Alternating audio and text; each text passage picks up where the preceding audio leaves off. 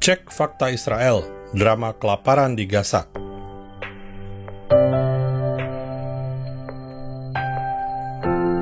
Shalom, saya Monique Rakers dari Fakta Israel. Saudara, saya ingin membahas tentang kelaparan di Gaza. Media sekelas New York Times bisa kecolongan, saudara. Mereka menaruh sebuah foto anak yang terlihat kurus kering sehingga tulang belulangnya terlihat di halaman depan tanpa cek dan recheck, tanpa verifikasi. Saudara, nama anak itu adalah Muhammad Al-Mutawak. Ia menderita sakit, bukan karena kelaparan, karena faktanya kakaknya yang berusia 3 tahun terlihat sehat. Media Italia juga memberitakan berita bohong. Anak ini dikatakan kelaparan. Faktanya tidak demikian. Ternyata anak tersebut bukan karena kelaparan ia menjadi kurus, tetapi karena ia menderita sebuah penyakit yang menyebabkan tubuhnya tidak bisa menerima nutrisi dari makanan yang masuk ke dalam tubuh anak ini. Nama anaknya adalah Osama Al-Rakab yang berusia 5 tahun. Osama sudah ditolong oleh pemerintah Israel, diterbangkan ke Italia untuk mendapatkan perawatan di rumah sakit Italia sejak Juni 2025. Nah, yang kedua, Bapak Ibu, sejumlah media seperti Kompas dan juga Tempo menghadirkan berita tentang jadi bantuan makanan harusnya diberikan kepada warga Gaza. Ada 1.000 truk bantuan kemanusiaan. Namun ternyata Israel malah memusnahkan bantuan makanan tersebut.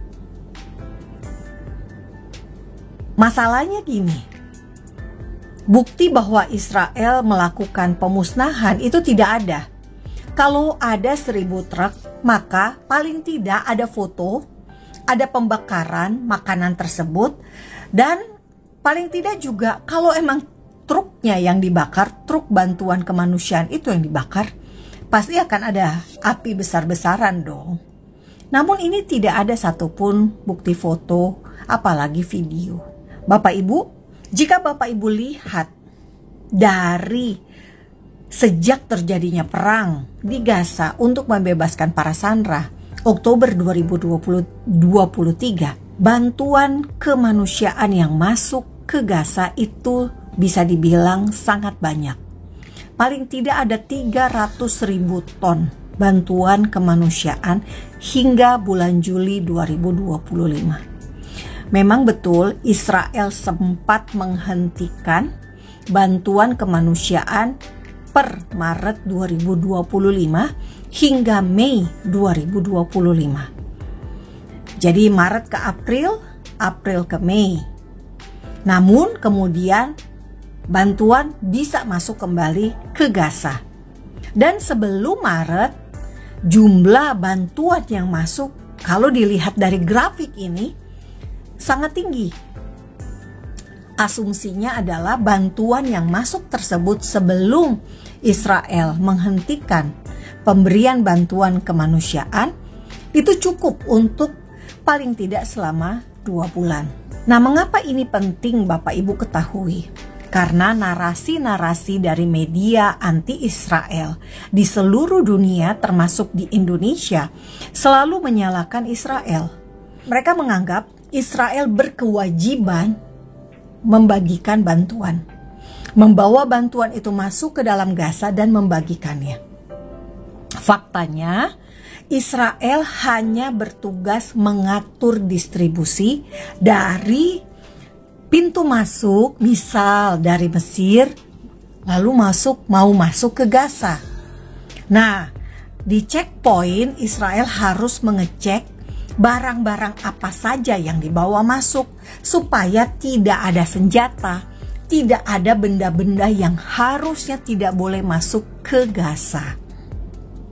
Setelah itu, barang tersebut diantar biasanya oleh PBB. Namun faktanya PBB malah justru mengabaikan tugas penyaluran bantuan kemanusiaan ini. Bapak Ibu bisa lihat video ini. Video di mana bantuan kemanusiaan itu tergeletak begitu saja, tidak dibawa masuk oleh PBB. Dampaknya apa? Dampaknya tentu saja kalau bahan makanan bisa busuk, kalau obat juga bisa rusak dan sebagainya. Namun Israel sudah menjalankan bagiannya. Bagian untuk menyalurkan adalah bagian dari PBB.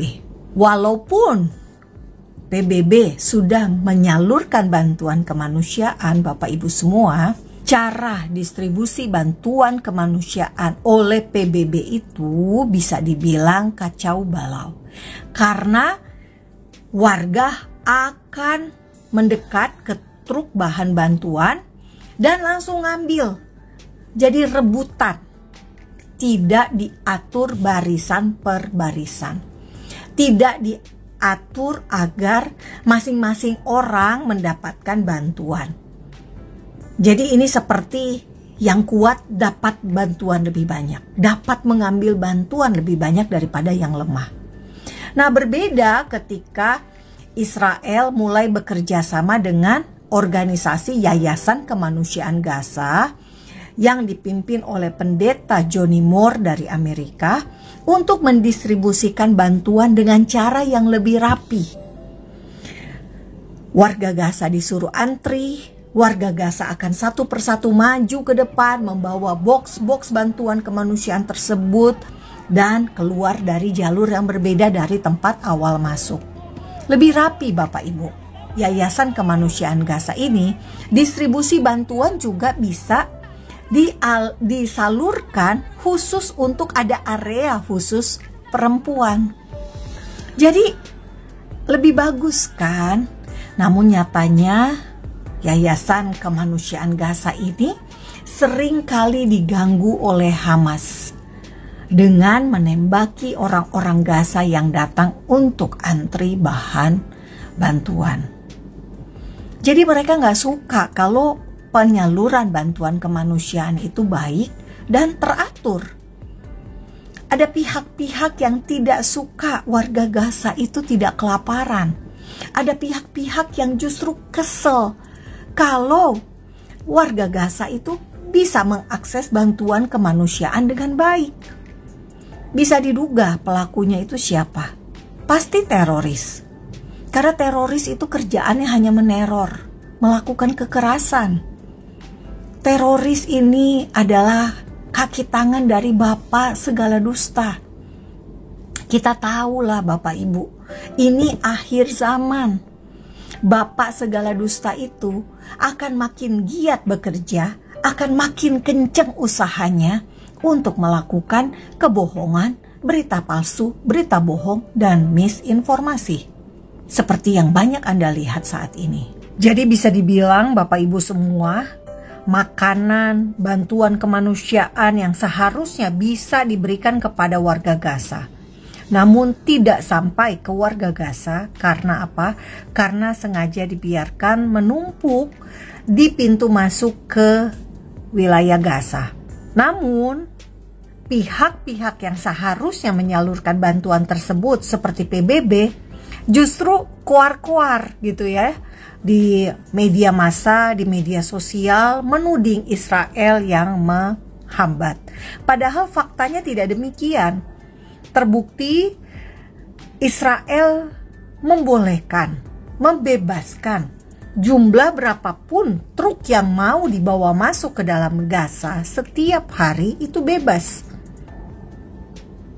Nah, Yayasan Kemanusiaan Gaza sampai hari ini diperkirakan sudah membawa masuk bantuan kemanusiaan itu hampir mencapai 100 juta ton bahan bantuan kemanusiaan sejak mereka beroperasi pada 26 Mei 2025.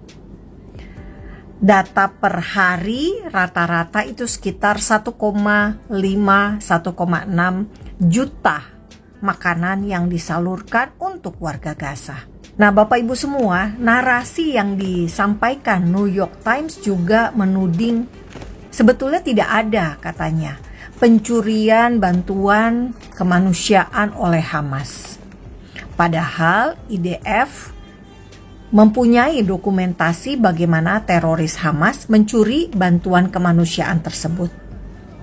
Seperti yang Anda lihat saat ini. Jadi memang ada perang narasi antara mereka yang ingin menyalahkan Israel sebagai penyebab kelaparan di Gaza dan bukti-bukti yang sesungguhnya dilakukan oleh Israel untuk memasok bantuan kemanusiaan ke Gaza. Nah, saya ingin mengajak Bapak Ibu semua sebagai fakta Israel, tentu saya harus cek dan recek fakta juga. Bapak Ibu lihat foto ibu ini. Ketika ia diwawancara, anak di belakangnya terlihat sangat kurus. Seperti tulang saja, tinggal tulang saja. Namun ibunya terlihat sangat gemuk. Nah, kalau kita menuduh bahwa terjadi kelaparan, harusnya berat badan rata-rata warga Gaza itu memang di bawah normal. Namun faktanya ibu ini kelihatan berat badannya di atas normal. Namun anaknya kurus. Saya ibu juga. Jika saya gemuk, terus anak saya kurus, pasti saya bukan ibu yang baik dong. Karena saya tidak memberikan prioritas makanan kepada anak saya. Ini tentu saja dalam kasus anak kita ini bukan sedang sakit ya. Nah, demikian juga sebetulnya yang terjadi di Gaza. Wartawan harus memastikan bahwa anaknya itu kurus karena apa? Apakah dia sakit atau memang kurang makan? Kalau satu keluarga kurang makan, maka pasti berat badannya rendah semua. Seperti di Indonesia saja masih ada kasus stunting. Bapak Ibu juga bisa lihat foto 3 jurnalis wartawan yang biasa meliput untuk Al Jazeera. Januari 2024 ia pindah ke Doha. Perhatikan bentuk badannya, tidak tampak kekurangan makan. Bapak Ibu, ini adalah wartawan di Gaza. 9 bulan yang lalu atau November 2024, ia terlihat bertambah berat badan. Sebelumnya, di bulan Maret 2024, ia terlihat masih kurus. Masih bisa menyetir mobil di Gaza, masih bisa tampil modis, tidak tampak kekurangan makanan. Karena dari Maret 2024 ke November 2024 terjadi penambahan berat badan. Kemudian ini adalah wartawan Hind Kodari, wartawan Al Jazeera, yang memberitakan tentang kelaparan di Gaza, yang pada kenyataannya Maret 2024 ketika ia berfoto di tengah reruntuhan, tubuhnya tampak bugar. Fakta Israel tidak bermaksud untuk nyinyir Bapak Ibu semua. Fakta Israel hanya ingin memperlihatkan kepada Bapak Ibu bahwa kelaparan di Gaza bisa jadi itu adalah sebuah kasus tertentu, kasuistik. Ada orang-orang yang bisa jadi tidak mendapatkan jatah makanan sebagaimana seharusnya. Karena apa? Karena Hamas adalah Pemda di Gaza. Ingat, Hamas menang pemilu di Gaza. Sehingga ia bisa mengontrol siapa yang mendapat apa. Dia bisa berperan sebagai pemerintahan yang mengatur jatah bantuan kemanusiaan.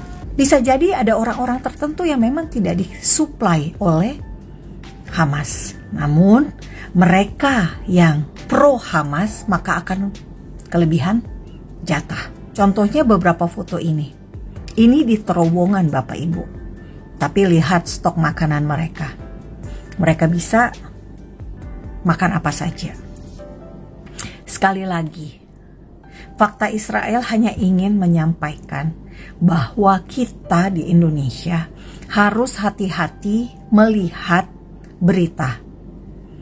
Kita harus cek dan recek dan memastikan bahwa informasi yang kita dapat itu betul-betul dari pihak yang bisa kita percaya, bukan pihak yang ingin mencuci otak kita dengan berita propaganda. Fakta Israel mengambil dokumentasi ini dari pemerintah Israel. Mereka yang memang berwenang memasukkan bantuan kemanusiaan ke Gaza dan dari Yayasan Kemanusiaan Gaza, sehingga Anda bisa mempercayai apa yang Fakta Israel sampaikan.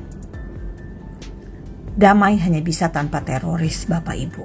Dan Israel sedang berjuang melawan teroris dan kekerasan. Dan Fakta Israel sedang berjuang melawan berbagai kebohongan tentang Israel di Indonesia. Fakta Israel juga melawan kebencian dan anti-Israel yang tersebar luas di tengah kita. Am Yisrael Hai.